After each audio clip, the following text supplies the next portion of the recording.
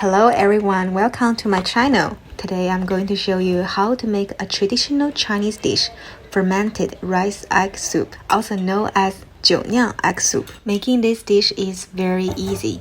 You will only need 醪糟 and egg. First, put 醪糟in a pot. I also add Chinese red dates and goji berries for extra flavor and nutrition. Add some water.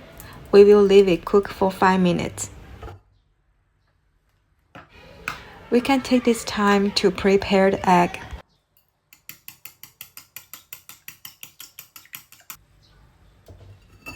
While the soup is simmering, slowly pour the egg into the pot.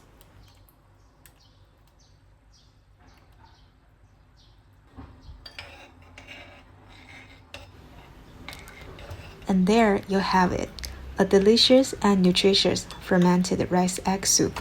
If you enjoyed this video, please don't forget to like, comment, and subscribe to my channel.